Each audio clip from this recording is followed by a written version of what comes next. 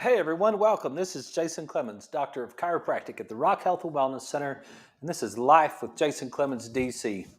This is election night in America. That's almost as good as all your NBC News or something like that, right? Hey, it's Tuesday, November 5th. We're coming to you right here live from the Rock Health and Wellness Center studios on the radio at 98.7 Walk by Faith, 1420 AM Lubbock Christian Nation. We're all over the world on 987radio.com, and we're all over the world on social media. We're on radio, Facebook at the Rock Health and Wellness Centers here in Lubbock and in Littlefield. We're coming to you from YouTube and X. So, hey, what a day! Everybody's sitting on the edge of their seats, right? Not everybody. Some people went and played basketball tonight. One of my patients said, "I'm not worried about that stuff, man. I've never even voted." He said so. I said, well, that's America. The thing about America is if you want to vote, go vote. If you don't want to go vote, don't go vote. The rest of us will handle it. And so, man, but I know everybody. I know a lot of people. I don't want to say everybody. I know a lot of people right now are sitting on the edge of their seats. They're anxious. They're anxious because they don't know what's going to happen. And this craziness that we've been through for all these months. And it's just finally today's the day, and we're going to find out here shortly what's going on, and have a good idea when we wake up in the morning who our president is. So I wanted to take about an hour. I just wanted to take about an hour and talk about health and just be lighthearted tonight. Just see if we can just talk about some things to get our minds off of what's going on. Maybe talk about some things that might help us learn about the way we're feeling right now. And I've got some things on the menu for this week. I got asked last week, and I mentioned it last night before the show was over. I got asked last week to explain Ozempic and Wegovy and how that works, and GLP-1 agonist and all that sort of thing. And I've just about got that ready to go. Probably tomorrow night or Thursday would probably be a better time to do that. And we'll go after that and break that down for you, just so you can kind of have an idea if you guys are taking that stuff, or if you know somebody that's been taking it. We'll break it down. So, but I thought tonight we kind of just we might go over a little bit of what we did last night, and then just general health things. I try to give you as many tools about health as I know, just to kind of just give you something that you can work on, that you can take with you, and that you can implement tomorrow. And here's one of them right here. And it's been a while. You guys know how I feel about omega-3 fatty acids. I think I am the self-declared number one fan of omega-3 fatty acids on the planet. I think that there may be someone who equally loves omega-3s as much as me, but I don't think there's anybody who loves them more. So, but that doesn't really matter. Omega-3 fatty acids. Take your fish oil, right? What does fish oil do for you? What does fish oil do for you? Lots of stuff. Number one, what's in fish oil? Go look at the back. If you've got a bottle of fish oil in your house, and you guys are new to the show, and you don't take this RX Omega, the Ultra Strength, if you take it, or we got the liquid form of the Pro Omega D that we get from Nordic Naturals. This Pro Omega D, this is the liquid form. Just whatever you got at your house. If you're wondering about your fish oil, just go look on the back of a bottle of fish oil. And what you're going to see is several things, but the number one thing that you're going to see is EPA. And then you're going to see DHA. And as far as I'm concerned, as far as we're concerned on this show, that's the only two things I care about in the fish oil. I just look at the back of a bottle. Every time I pick up a bottle of fish oil, because this says right here, pharmaceutical grade fish oil concentrate, molecularly distilled, ultra purified anchovy, sardine, and or mackerel, omega-3 fatty acids. And then it says EPA, and it tells me 1,360 milligrams. And then it tells me DHA, 670. So if you got 670 and you double that, that's 1,200, that's 1,340, right? It's 1,340 if you double it. Well, this is 1,360, so it's almost, they just changed. When they came out, made this ultra strength, which is so funny. It's so funny to me because I've purchased these fish oils for a long time from this Natural Factors company, and it used to not be ultra strength, but the serving size used to be one tablet. But then they rebranded, they came out with ultra strength, and they changed the serving size to two tablets. What made it ultra strength is that there's two tablets instead of one tablet. Now that's it. That's as silly as it gets right there, I think. But that's what they did. And then when they did that, they changed the formula just a touch, and they gave us 20 more milligrams of EPA than DHA to get in a 2-to-1 ratio. And that's what I think is important. That's based on my study that I've been studying since 2009 about what is important in fish oil. And what does EPA do for you? Well, EPA is an anti-inflammatory.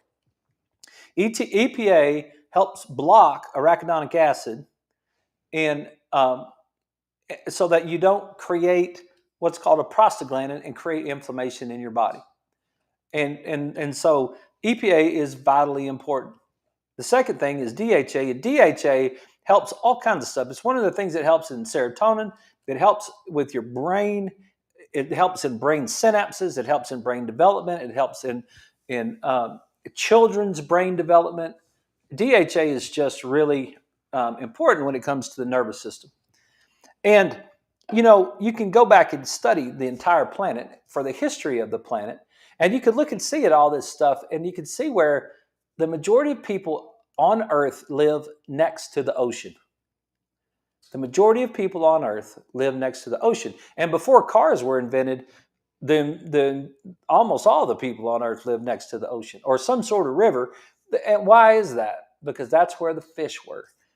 As human beings, I often try to analyze something and see how long it's lasted.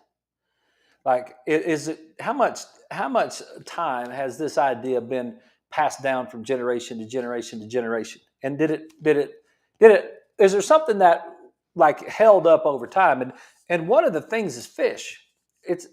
Jesus talked about being a fisherman of men, right?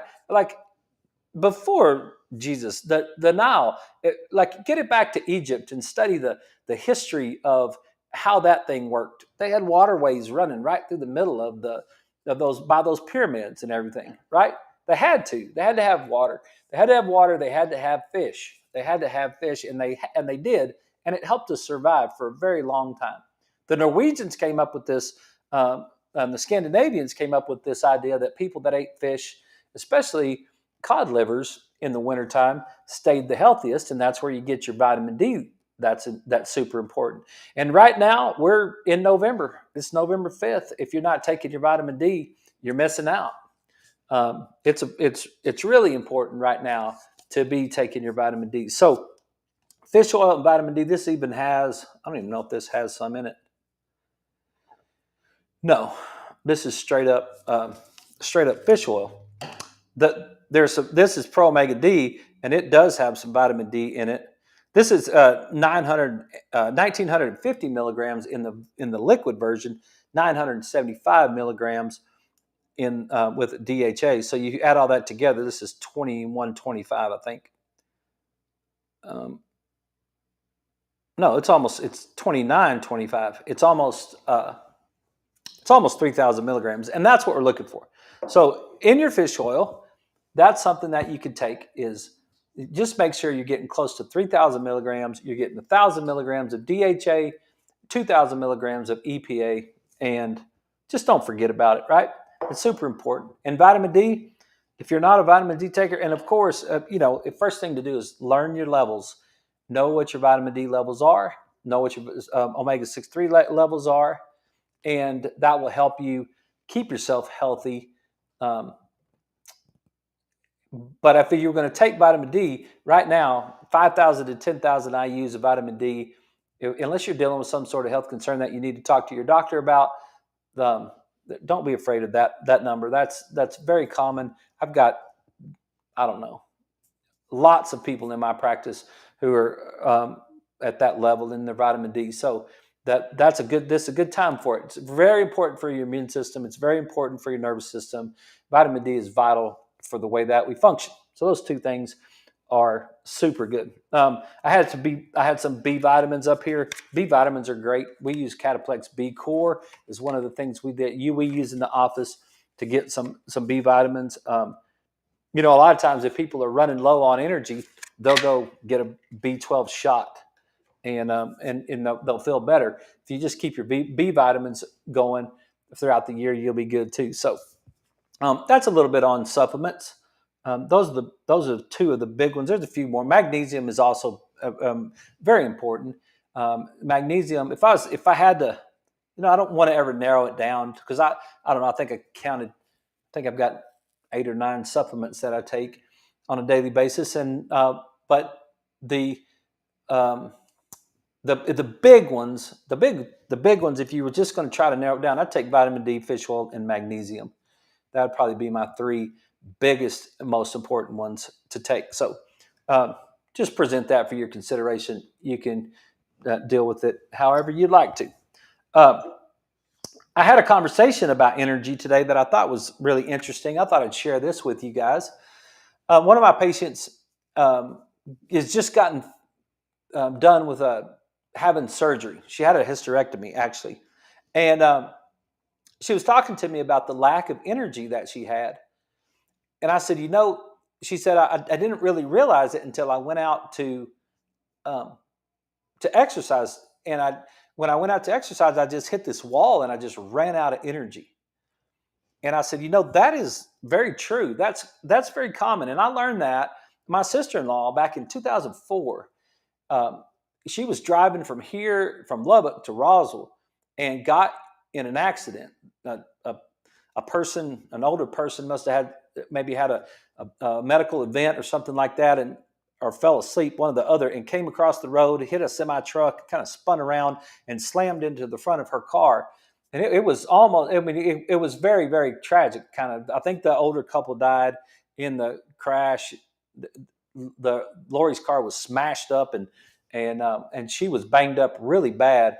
And I just remember for the longest time, she had such a hard time. She had a hard time just getting up and walking from her bedroom into her living room.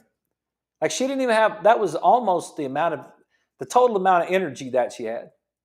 She just couldn't hardly move. And that was the first time that I learned about it in 2004. And I was finishing chiropractic school at the time, and I just noticed, wow, that was really. It's really interesting how much energy it knocked out of her. And thinking about it, it's one of the things. I think the mechanism is the body only has a certain amount of energy, and if the body's in a state of trying to heal, or like we talked about a little bit, adapt, and we're going to get to that here in just a second. But if you're in that state, and well, let's just do it right now because I think it fits. I think it fits in pretty good. Because I just left this up from last night, but it's kind of offset. So now that works. Remember we went through the 5 stages of the stress response, and this is that we got from Dr. Chestnut. And we went through this alarm, adapt, fatigue thing. So the alarm was the crash in this particular case. And the crash created damage.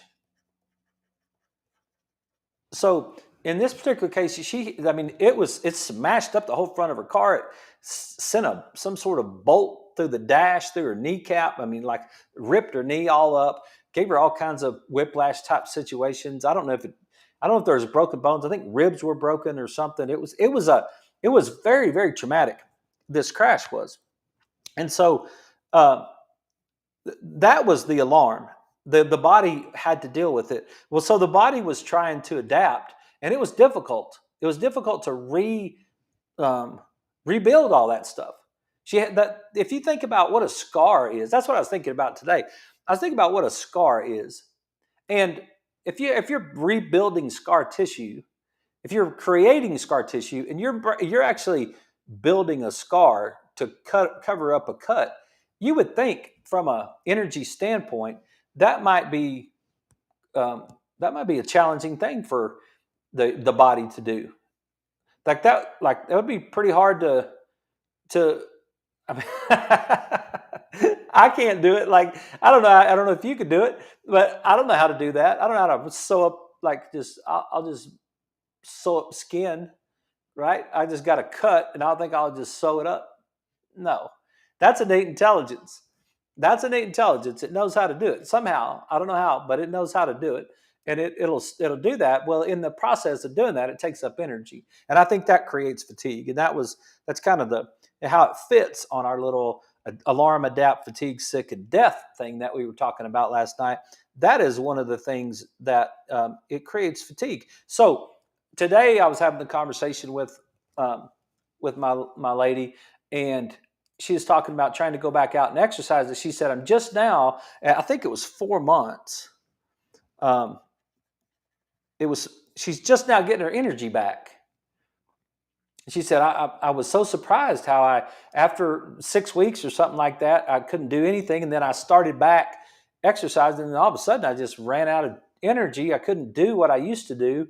And now I'm just now feeling like I'm starting to get my energy back. And I said, I've seen this before, and it makes complete sense to me. So there's just a time frame that it takes when you're going through healing that you just run out of energy. And the better shape you're in whenever you have this sort of trauma, the better you're going to heal. And this lady's the one that I'm talking about is in excellent shape, and she's going to recover super fast. But that's kind of what we talk about when we talk about health. Health is, when we defined it way back in September of last year, when we were trying to define health, it's like, are you healthy enough to handle the activities of today, the task that you're given today? Are you healthy enough to do that? Well, you never know. A lot of days we are, but some days we don't know for sure, right? We don't know for sure because we don't expect to get in a car wreck on the highway and smash up the whole front of our car and have to have the ambulance come in and the flight helicopters and all that stuff. We're not necessarily expecting that. So how healthy do you need to be able to handle that? And so this whole health spectrum, it's a large spectrum from one side to the next. And it's like, man, I might have to face something someday that I want to be healthy enough to handle. And the healthier you are, the better you're going to handle it, because you're going to adapt. You're going to adapt better if you're healthier. Your body has a better ability to adapt. Your body has a better ability to adapt if it's not inflamed. Your body has a better ability to adapt if it has sufficient vitamin D levels. See how when you really start getting into this wellness thing, you start to understand it's like all of this whole thing fits together. There's things that are contributing to health, and there's things that have nothing to do with health that we do anyway. And that's kind of what I was going through all that, that semaglutide stuff with the Ozempic, and I was breaking it down. Well, first of all, I got to be kind of careful because it's a pharmaceutical, and it's not within my scope of practice. So I got to be careful about how I talk about it. I got to talk about it strictly from a wellness standpoint. I can give you the mechanism of action and how the mechanism of action takes place, and that's what we'll do. But I've got to be super careful when I'm talking about it. But the one thing that struck me was that it has nothing to do with health. It's just a pharmaceutical way of attacking. It used to be a pharmaceutical way of attacking type 2 diabetes. Now it's a pharmaceutical way of attacking obesity as well. And so it's kind of like, well, okay, is that health? Absolutely not. Doesn't even make any sense. I don't want to spoil it for you when we get to that show, but no, that's not health. It's just a different animal. right? So when we're talking about health, you start to see this like, okay, if I have an alarm, can I adapt to it? Well, how am I going to adapt to it? Well, I'm going to have to use all the resources that I have. I'm going to have to use the efficiency of my nervous system. My body and my brain are going to have to be able to talk to each other, right? The more efficient my body and my brain are talking to each other, the better my nervous system is firing, the more efficiency I have in brain to muscle nerves, the better my body's going to function, the better I'm going to adapt to my environment. And that's every single day. I mean, that's every single day. You guys ever not gotten a good night's sleep? You ever not gotten a good night's sleep, and then you just didn't handle the next day quite as well as you thought? Yeah, that's common, right? Why would you handle the next day if you didn't get as good a night's sleep? Or you can flip that over and you can say, man, have you ever gotten a really good night's sleep?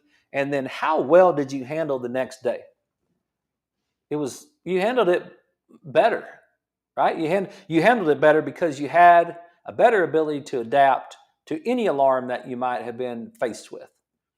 And your body had all those things. It had the right amount of sleep. It's got the right amount of hydration. It's got the right amount of nutrition. It's got the right amount of blood flow. Your heart rate is working. Your heart is working efficiently. That's great. Your the energy of your nervous system is working efficiently. All that stuff is really good. So I just thought I'd share that. I wanted to share that part with you, the energy part, because you might be dealing with it. You might have a shoulder replacement, or you might have a knee replacement, or you might have a hip replacement, or something like that. And you might say to yourself, I just don't have any energy. It's just really got me down. And if that's the case, then what you might be dealing with is this little alarm adapt fatigue thing and you just gotta keep working through it, making sure you're giving your body the nutrients that you need and the sleep that you need and all the recovery time that you need so that you can get through those things and then move yourself along. So that's it. I had another conversation today, which we've had these. You guys get to have these conversations with me every night that you're watching the show, and then um, and then you get to these. For some reason, I find that a lot of my patients don't.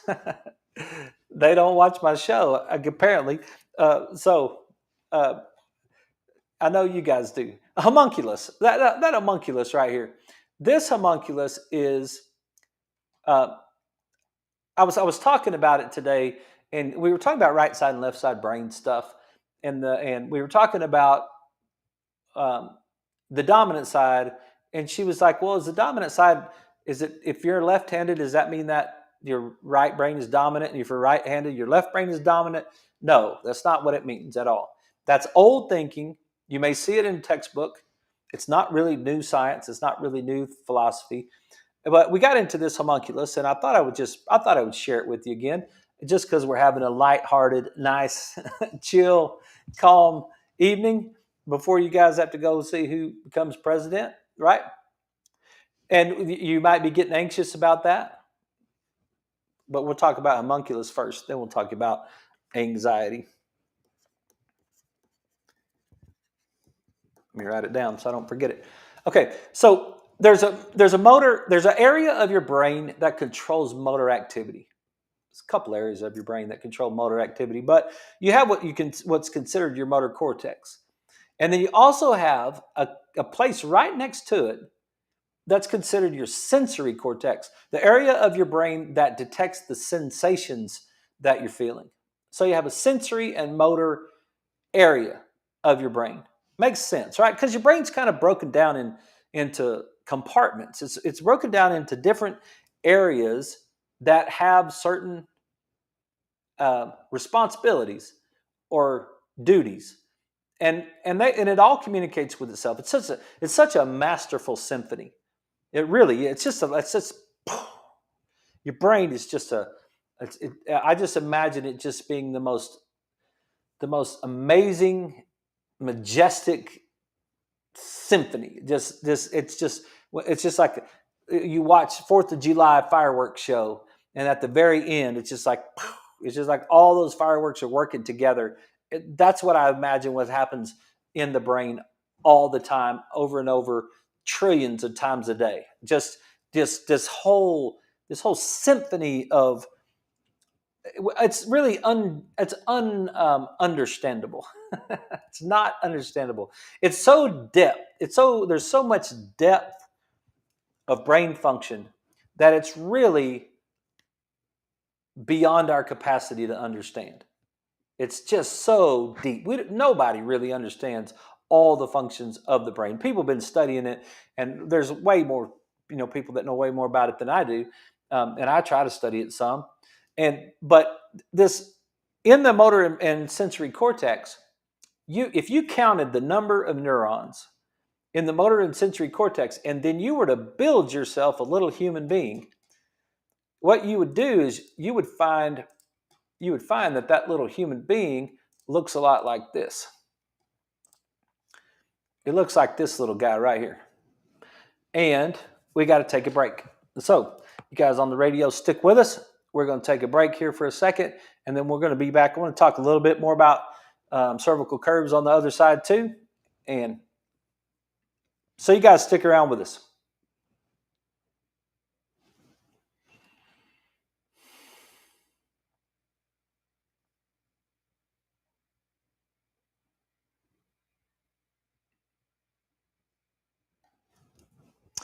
Yeah, there's our homunculus. And I hope everybody that watches the show eventually gets to the point where they just totally know this guy. Like when someone says homunculus, you say, "Oh yeah, I understand that." Like that makes complete sense to me. The sensory, and what is it like? You look at that little guy right there, and it's a person that's built. It's a person that's built based on the number of neurons in the brain that are assigned to that body part. Does that make sense? Uh, does, if you went through the sensory cortex and you counted the amount of neurons that are in the tissue of the brain, in the motor and the sensory cortex, if you were to count the number of neurons that are there and where those neurons actually receive information from or send information to, and you counted how many went to your hand, well, you'd have this gigantic stack of neurons over here to your hand. But if you said, well, how many go to my elbow, it would be like a way lower number, right? So that's what the homunculus is. The homunculus is the elbow, the shoulder, the whole lower limb, the whole torso, as compared to the hands. It's not even close. Like, not even close. The hands have this massive amount of neurons. So, and I always like to talk about little kids. If you have like a little toddler or a little child, and their mom's holding them, and I just show them this pen. Like, I'll show them a pen. I'll say, here, whatever it might be, my activator or my tuning fork or whatever. And I say, here, you want to touch that? And I take that and I bring it to them right there. What happens is they back up. They back up. At first, they back up away from you because they're not exactly sure whether or not that's dangerous. Hang on, I got to get us back online.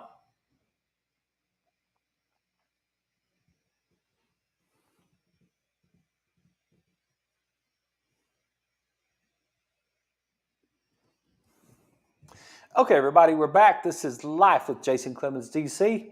We're talking about just health things tonight, trying to get your mind off of all this anxiety that you might be dealing with. So we're just going to talk about some of this stuff. And we're talking about the homunculus. Just so you guys know it, so you can see it again. If you guys are on the social media, you got it. But if you're on the radio, just so you know, it's Homunculus. Homunculus. That's what it is. It's a little guy that's made.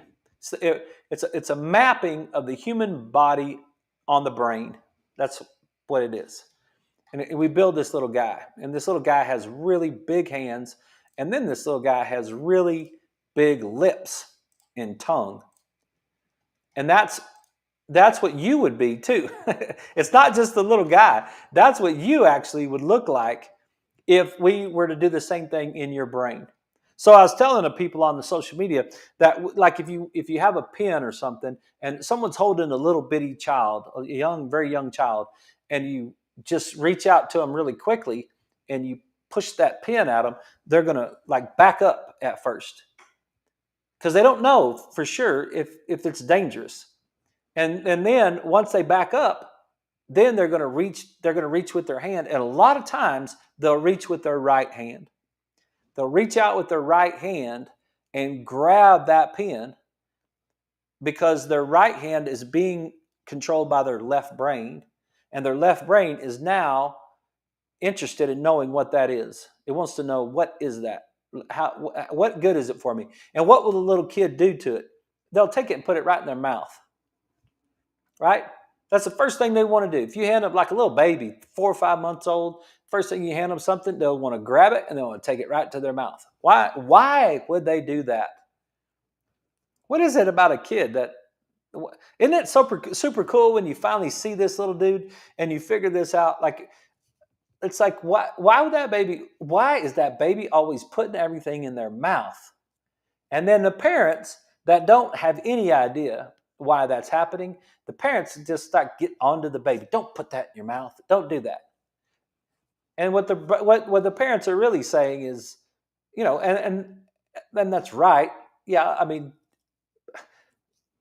to a certain extent, it's right. But you're saying don't use the trillion neurons that you have in your brain to try to figure out what your environment is, because that's what a child's doing.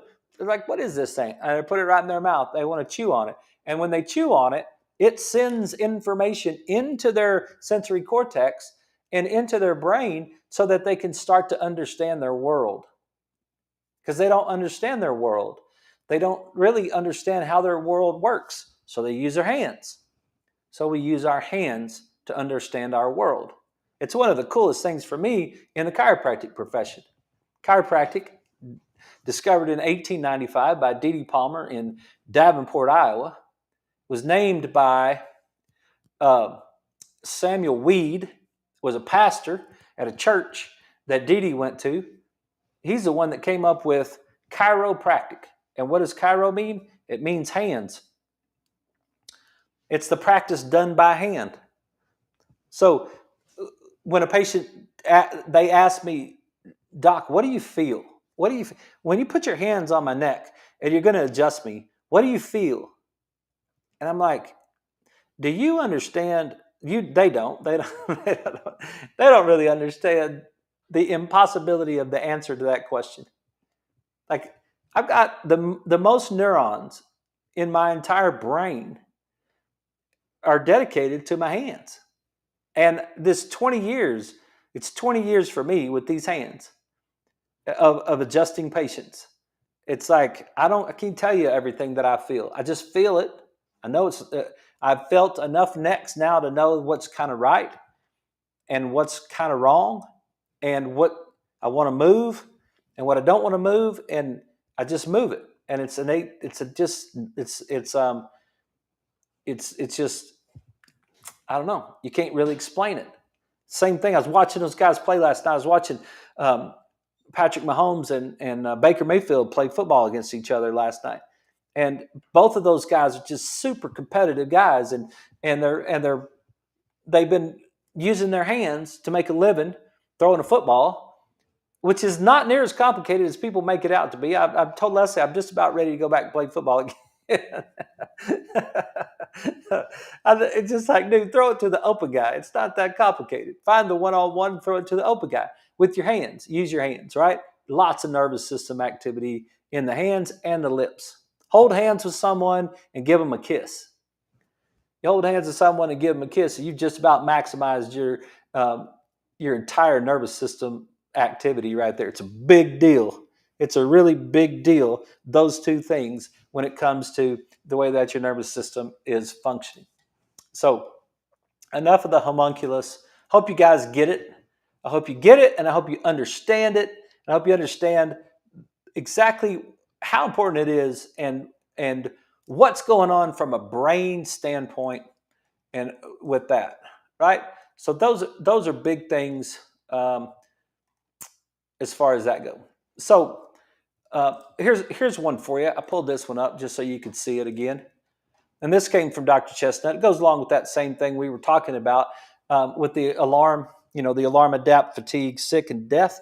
This is there's not a single study ever published to validate the concept that human beings are genetically or innately programmed to develop chronic illness.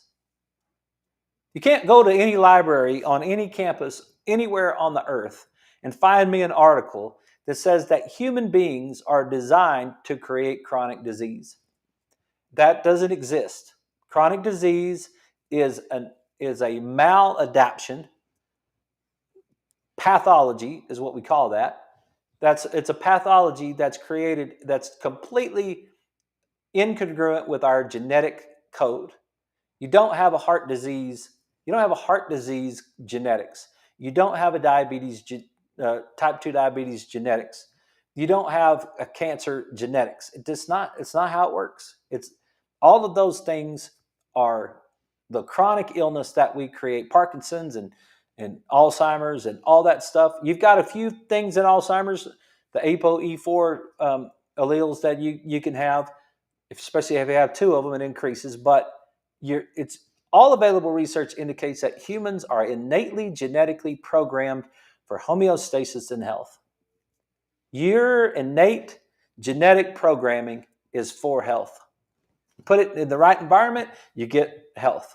You put it in the wrong environment, you get symptoms that feedback so that you know what's going on. I was going through a lot of this today, just trying to have some stuff to show you guys tonight. And I just saw that and I thought it was pretty cool. So let's talk a little bit tonight about, here's another one. Right before we move on, here's one on the stress response. That stress response. So let's tie this into what we're dealing with right now, right? You might be a little anxious today. We'll use the election because the election's going on. And a lot of you guys might not be. You might have it all under control. Last night we took health to church and we talked about, look, we're electing a new president today. We are not electing a new savior. You don't have to worry about that. The savior part has already been established. It's not going to change. But some of us are we're a little bit unknown. That's the biggest thing. It's unknown, right? Okay, let's break it down, and we'll come back to this slide here in just a second. But let's break it down and say, like we always do, because that's really what the anxiety is about tonight, right? The anxiety about the elect. What are you worried about? If you happen to be worried, what are you worried about as far as this election goes? Is there something that worries you? Is there something unknown? If I was to say, okay, I have a crystal ball and I'm going to tell you exactly what's going to happen for the next 4 years. I'm going to tell you who's going to get elected president. I'm going to tell you exactly what's going to happen for the next 4 years. It was 100% accurate, right? How many of us would be less anxious right now? How many of us would just be able to just take a breath and calm down and realize that everything is going to be fine? Like we're fine. We don't need to worry about the results of this election, because right now, what has been How do they get us all stirred up? They get us all stirred up by constantly trying to. I've heard people say. I've heard people say on this radio station, this is the the end of all elections, right? This is the most consequential election of the history of our time. It's the most important election of our lifetime, and possibly the last best chance to save the republic. It's the last chance, right? It's and what does that do to us physically when we hear stuff like that? And I'm not being critical of why people do that. They're doing that to try to get our attention. They're doing that to try to get our action for us to go vote. They're trying to get us to make a decision because of this is our last chance. Like America, after tonight, if it doesn't go right, is just doomed. It's just going to dissolve, and this is the last time we're ever going to have an election. Well, what would that do to you? That would put you in an unknown state. It would start to make you nervous. It would start to fire up that whole pathway, right? It would start to create anxiety. You would start to get anxious because it would be unknown to you. That's not going to happen. This isn't all those things that they've said. It's not. You're going to find out that tomorrow we're going to wake up and there's still going to be in America. And I'll bet you $1,000 that next March there's still in America. And I'll bet you $1,000 4 marches from now there's still in America. I'll bet you anybody want to take that bet, you can just send me a text. I'll take it, right? And I just told the whole entire planet I'll take that. That's how comfortable I am about taking that bet. I'd be glad to take it, matter of fact. And then you guys can just pay me off, and then I'll just retire and just do this radio show every night. No, just kidding. That's anxiety, right? So what do we get from anxiety? We get what's the stress? Where is it? All the sympathetic activities are increased. Heart rate, blood pressure, increased blood sugar. All the parasympathetic activities are decreased. Sex glands, sex drive, digestion, growth hormone production, cellular immunity. You ever been so stressed you just didn't want to eat? You just didn't have an appetite. Your stomach was in a knot. You were so worried. You ever been so anxious that your heart rate just went out the roof? It was just so unknown, because why wouldn't you be? If you're fixing to have to fight a tiger, you would be very anxious, right? That's the way your nervous system works. And if you're feeling it, then you know it. And so I take these opportunities. I think they're great. I think they're great teaching tools to take these opportunities and say, look, if you're feeling anxious about what's going on with the election, take a breath. Take a breath. One of the guys you can follow is Wim Hof. You could go study Wim Hof. This crazy dude right here. I shouldn't show you some of these pictures, but yeah, this old guy right here is Wim Hof. Let me show you this picture.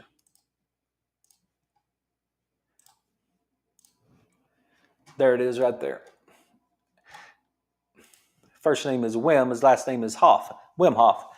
He's the guy, but he'll teach you breathing. He's got some apps and he's got some things on YouTube. You can go and listen to him. He's the one that wrote this book right here, The Wim Hof Method of Breathing. He'll help you get out of that right hemisphere and into your left, back in balance a little bit. That's what ice baths do. Drive the right, move you to the left, right? That's what will happen if you'll start to breathe a little bit. You get your body back under control. Because what's happening is you're getting overactivity in the right hemisphere. You're getting adrenaline. Adrenaline's driving your heart rate and your blood pressure, and it's causing all of your sympathetic activities to increase, and it's causing all of your parasympathetic activities to decrease. You're not going to want to sleep tonight. You're not going to want to, your immune system is getting weaker. We don't need that. And I think most of you guys that watch the show, y'all already know this. And you guys that listen to the show, most of you guys already know all this stuff, right? You know that that what's happening to you. And if you can breathe, there's ways to get your body back under control, get you to calm down just a little bit with breath, right? So those are things that are happening. Right brain, left brain, anxiety, depression, concentration issues, ADHD stuff, digestive trouble. I had a lady this week had a Jesus moment. It was like we laid our hands on her. She was healed almost. It was just almost a miraculous day. She was so excited. She was so thankful. Been in pain for a year, and one adjustment. And it's like, what'd you do? She asked. She got up off the table and she looked at me and she was like, "What did you do? How did you do that?" And I was like, "Well, I just adjusted you, and I just stayed on her right side to fire through to her left brain to inhibit the muscles on her left side to try to get her hip to calm down, and it did. It worked great. It doesn't always work that great. I've done that same pathway lots of times, and it doesn't work as miraculous as that particular day worked. But it was like but some of the other problems that other people have are like they'll tie those two things together. They'll tie in the pain in their hip with acid reflux disease, GERD, right? Those two things. And you may not, the other people that watching this show, you guys watching the show and listening to the show, you know it, that those two things fit together. But she didn't have any idea that those two things fit together. And those two things fit together. They completely fit together. So if you this overactivity of this right hemisphere, this right hemisphere is going to shut down your parasympathetic activity. So if we ramp up the right hemisphere and we ramp up the amygdala, and that fires down to the adrenal gland, and we ramp up the adrenal gland, then we're going to take this upper brain and it's going to be exhausted, and then we'll end up with lower brain escape, and that will get the vagus nerve involved, and then your digestion will go haywire. You've seen that 1,000 times, I know. You're like, it's the same thing. But it's fun to me because there's so many examples of it. There's so many examples of it, and they happen every single day. And then once you do that, I think what it helps you do is become a master. I think it helps you become a master of your health. And that's why this last few minutes I want to talk about, speaking of, I just want to show you a bunch of different cervical curves. I just want to show you a bunch of different cervical curves. I want to show you how they look, because we talked a lot about how important the cervical curve is. Well, what does a cervical curve look like? And if you guys are at home, I'm showing some pictures of the cervical, the neck. Just taking a picture of a person's neck, just taking an X-ray of a person's neck, and looking at that and walking through some of the things that could be happening. And when you look at what normal is, and the normal is when each one of the bones on the back of the neck, each one of the bones touch the green line. There's a green arc. And each one of those, when they touch, the back of the bone touches the green line, that's considered normal. So the red line, what the red line is doing here is the red line's going forward. It's reversed at the bottom, and then it's going forward. And it's not right. And that's just one of them. So let's just switch it and just look at a different one. And you're going to think, did you even switch it? And I'm like, yep, I switched it. And that's another one. And let's replace it with another one. And we just switch it. And now you start looking at them and it's like, okay, that one's straight. That one's straight right there.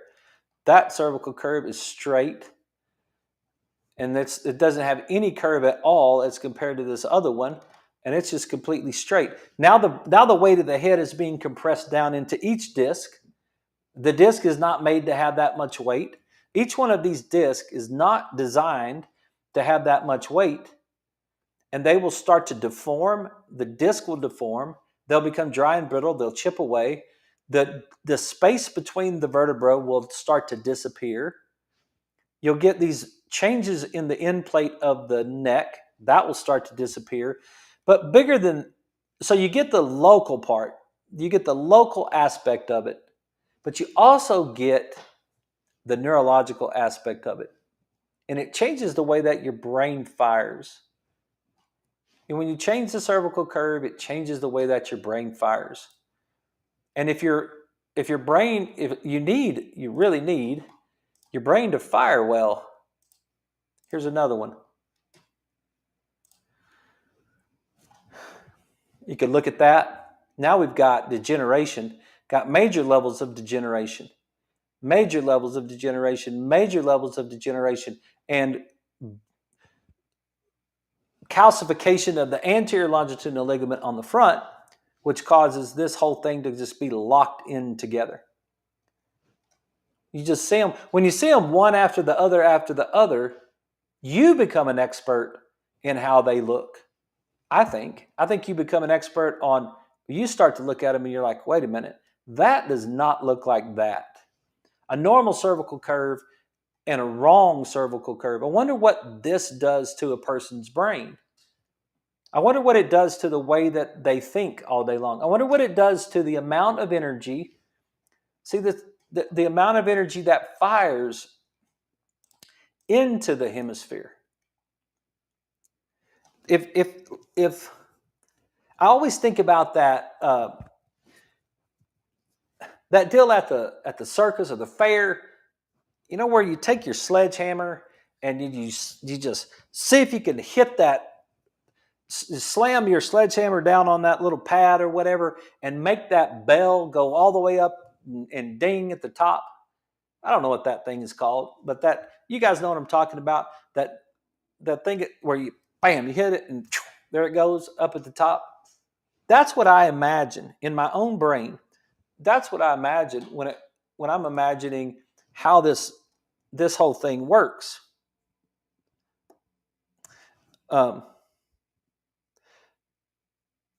Because, hang on a second, I get this all. There we go. I imagine that we need a certain amount of energy. There has to be a threshold. We've got to fill this right side up.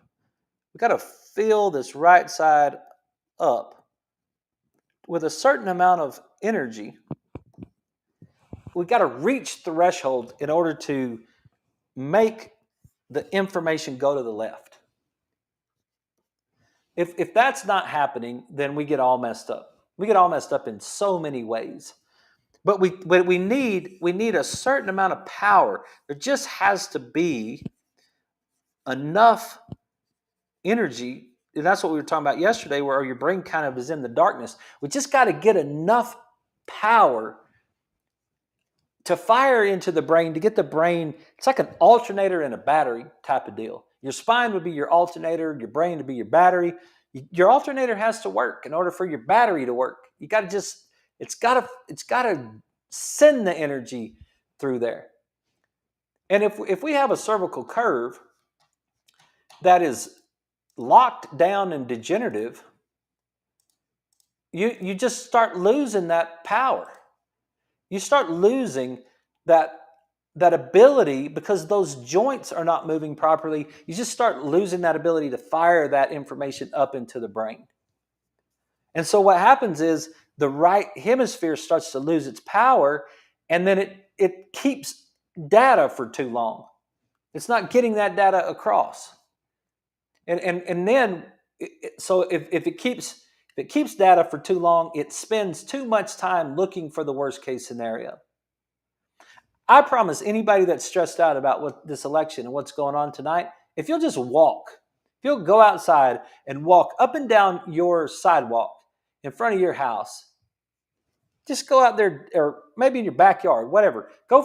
Just go walk for five laps up and down in front of your house, and then go back in and then ask yourself, do I feel better?